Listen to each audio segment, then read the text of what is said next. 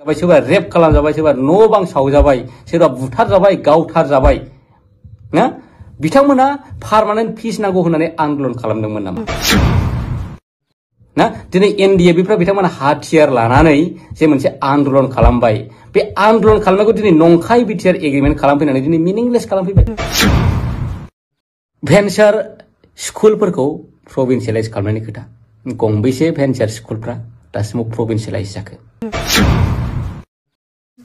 खुलुमबाय बयखौबो बिटिआर गोजोन गोथारनि दफाया 90% मावफुंजाबाय होननानै बिटिआरनि डिपुटि चिफ मानव गेदेर गोविन्द बसुमतारी बिथाङा बिटिआर गोजोन गोथार सानखालि रायजो राजाफोरनि सिगाङावहाय बुंदोंमोन दा बिथांनि बेबायदि बुंनायनि सायावहाय रिप्लाइ होफिनदों बिरबाय बसुमतारी बिथाङा नोंथांमोना बे भिडिअखौ जोबजासिम नायोब्ला गासै बाथ्राखौ नोंथांमोना आबुङैनो मोनथिनानै लानो हागोन भिडिअखौ जोबजासिम नायनानै लाग्रो बेनि उनावहाय नोंथाङा मा बुजिनो हादों नोंथांनि गोसोआव मा साननाय सोमजिदों नोंथांमोना कमेन्टनि गेजेरजों फोरमायलायबानो जाबाय गुड इभिनिं रायजो राजा नोंथांमोन बयनिसिमबो खुलुमबाय आं बिरबाय बसुमतारी बिटिआर जे एग्रिमेन्ट बियो बोसोरबा जाफैबाय दा बोसोरबा जाखांनायनि उनाव जे प्रग्रामफोराव जोंना डेपुटि चिफ मानगोनां गोविन्द बसुमतारी आयं बिथाङा गोग्गायै बुंनानै लादों जे बिटिआर एग्रिमेन्टनि जे दफाफोर क्लजफोर बियो 90% जाफुंबाय होननानै बिनि अनगायै आं गुबुन गुबुन लिडारनिबो नुदों सोरबा 60% होनदों सोरबा 70% होनदों माने नुनानै ओरैबायदि मोनदों जे मिनिनो ओंखारदों आरोना माखौ लानानै बिथांमोनहा जे बिदि माने 90% 60% जाफुंबाय होननानै गोग्गानानै लादों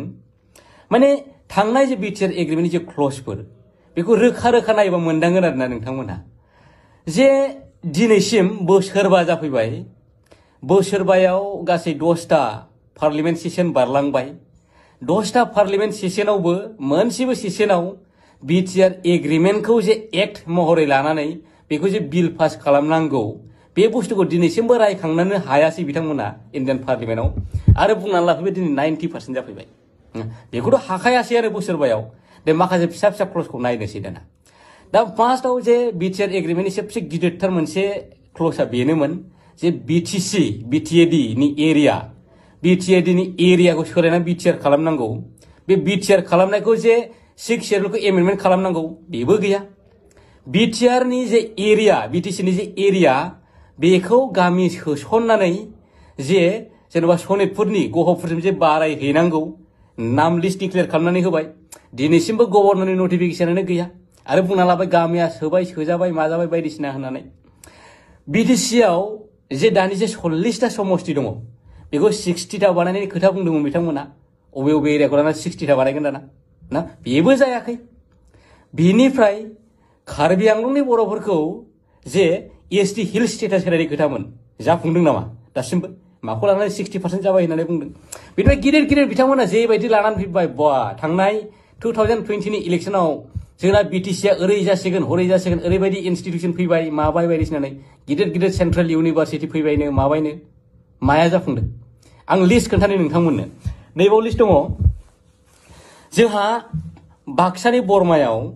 उपेन्द्रनाथ ब्रह्म सेन्ट्रेल इउनिभार्सिटि जानो गोनांमोन मा स्टेटासआव दं अन्थाइ थरसे गोलैजेनदोंना दासिमाव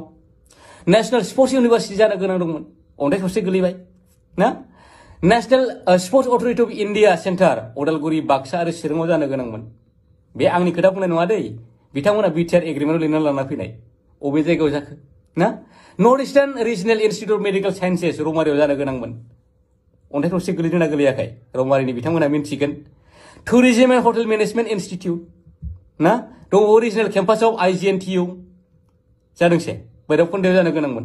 बड'लेण्ड मुभमेन्ट मेम'रियेल मिउजियाम ना सालबारि बाक्सायाव एनआइटि जानांगौमोन अदालगुरियाव जाबायसे एडिशनेल नवोदया गायसननायनि खोथा बुंदोंमोन बिथांमोना मोनफ्रोमबो डिस्ट्रिक्टआव जाबाय अबेहाय जाखो अबे मोनसे डिस्ट्रिक्टआव एग्जाम्पल होनानै खोन्थालाय नवोदया विद्यालय माने अबे मोनसे माने डिस्ट्रिक्टआव दासिमाव एडिशनेल नवोदया विद्यालय गायसनजाखो जेबोआनो जायाखै माखौ लानानै बुंदों जेनेबा 90% जाबाय सोरबा 60% जाबायनो दिनैसिम जाय सिगनेटरि बिथाङा माने सिगनेचार होखांनायनि उनाव जेलनिफ्राय गबोनांगौ बोसोरबायाव बिथांमोना जेबो खालामनो हायासै ना थांनाय बाराव गनो गोनांमोन ना गसिगोन होननानै गोबां माने रंजालाबायदोंमोन ना जों बख'सिगोन होननानै गोबां माखासे मानसिफोर आं क्रेडिट लानायबो नुदोंमोन थांनाय बाराव बिथांनि हियारिं जानो गोनांमोन हियारिं फैबाय हियारिंआवबो जेबो रिजाल्ट फैयासै बेनि अनगायैबो गोबां बिदिनो पलिटेकनिक भेटेनारि college Birsa Munda sports complex Bhupen Hazarika multipurpose cultural auditorium जानांगौमोन ना माया जाखो माखौ लानानै 90% जाबाय होननानै बुंखो ना जेबोआनो जायाखै थांनाय बारनि जे मिटिंआव जोंहा आसामनि मानगोनां हिमन्त बिश्व शर्माया मोनसे खोथा बुंलांदों जे 125th एमेन्डमेन्टखौ जोङो बिल माने पार्लियामेन्टआव लानानै फैनानै जे बिटिआरनि जे एक्टफोरनि बिनि सायाव एसे खोथा बुंलांदों आरोना आरो बेखौ लानानै गोबां माने जोंना बर'नि दैदेनगिरिफ्रा माने गोबां गोग्गानाय माबा मोनसे मोजां देखायलायबाय आरो नोंथांमोना खनसे गुगोल खालामनानै नायलाय 125th एमेन्डमेन्टआ 2019आवनो जोंहा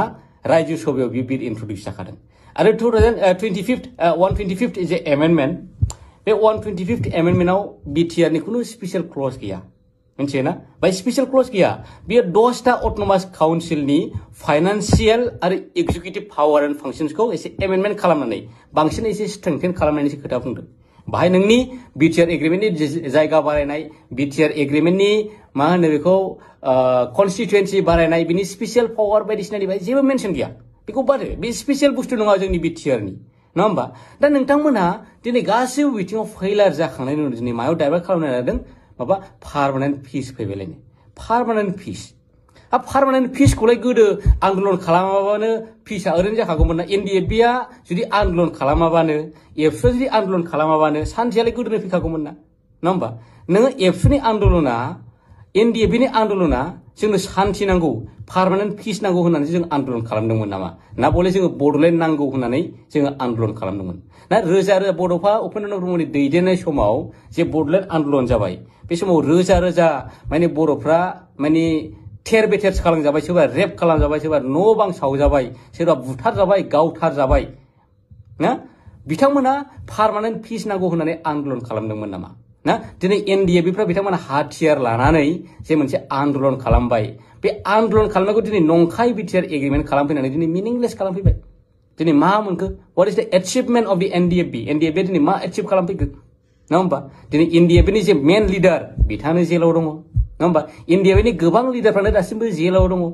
एनडिएफबिआ दिनै सभारेन्टि बिनानै आन्दलन खालामदोंमोन दिनै फिसा मोनसे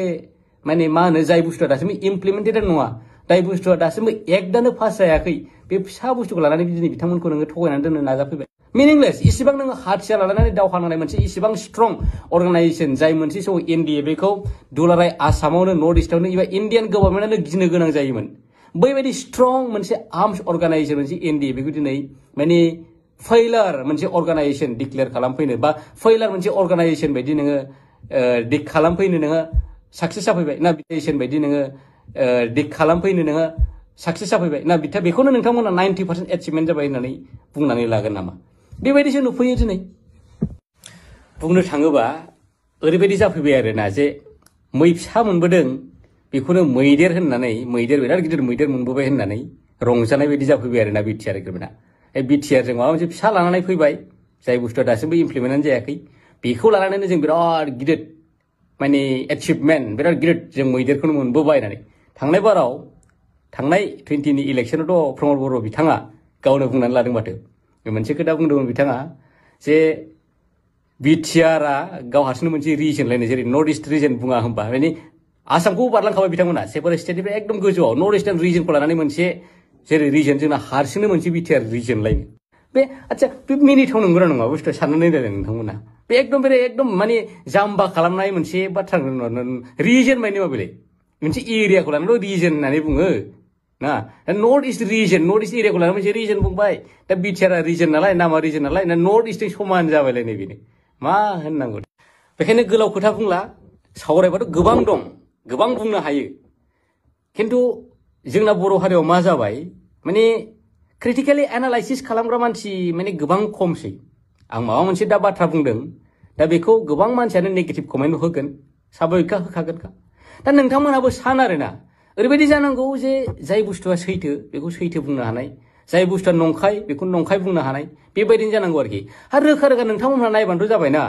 दा इसिबां बुरजा इनस्टिट्युटनि गेजेराव मोनबेसे इनस्टिट्युटआ इमप्लिमेन्ट जानानै फैखो मोनसे खोथा बुंनो बावदों 10टा कलेजखौ मा होनो प्रभिन्सियेलाइज जाबाय होननानै बम गावलाबाय माबाय दिनैसिमबो सेलारि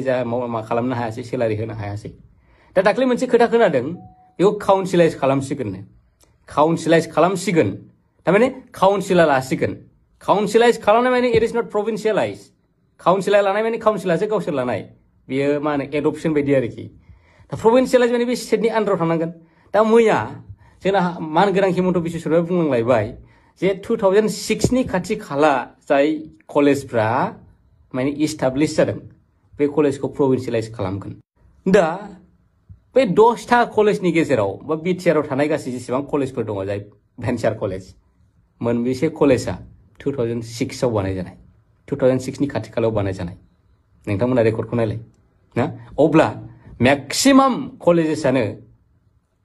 प्रभिन्सियेलाइज जानाय नङा स्टेटआव दा एग्रिमेन्टआवनो लिरनानै लाबोखादोंब्ला बेफोर क्राइटेरियाखौ एसे स्टेट गभर्नमेन्टखौ कमप्रमाइज खालामहोनो हायासै मानो हायासै बिटिआर गभर्नमेन्टआ फेल नङा होमबा बेबो मोनसे फेल बिराद गिदिर फेल खैथा माने क्ल'ज आवर मोनसे खोथा दंबावोमोन 6.3 मोन खोमा आं बेखौ नायफिननांगोन भेन्चार स्कुलफोरखौ प्रभिन्सियेलाइज खालामनायनि खोथा गंबेसे भेन्चार स्कुलफ्रा दासिमाव प्रभिन्सियेलाइज जाखो गंबेसे जाखो नाथाय बिथांमोना बुंनानै लायो जे 90% जाबायलायनो 90% जाबाय नङा 90% फेलार जाबाय फेलारखौ बिथांमोना हाइदों दिनै 90% फेलार जाफैबाय दिनै बिटिआर एग्रिमेन्टआ प्रभिन्सियेलाइजबो खालामनो हायासै जे इनस्टिट्यूशन लाबोदोंमोन बेखौबो बिथांमोना साक्सेस खालामनो हायासै आरो सबसे देरसिना जाबाय गावसिनि जे माने बिल मेमोरेन्डाम एमओएस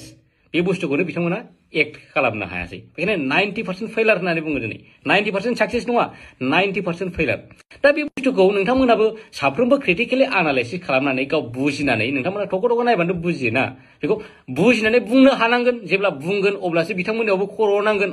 थारैनो जों माने साक्सेस खालामनो हामारासै दा बिथांमोना जे थगायो बेखौनो इएस होननानै जुदि इएस बय जाफाबाय थायोब्ला नोंथाङा जे सासे क्रिटिकेलि एनालाइज खालामनो हानाय सुबुं बेथ' मिनिंलेस जाहैगोन नङा होमबा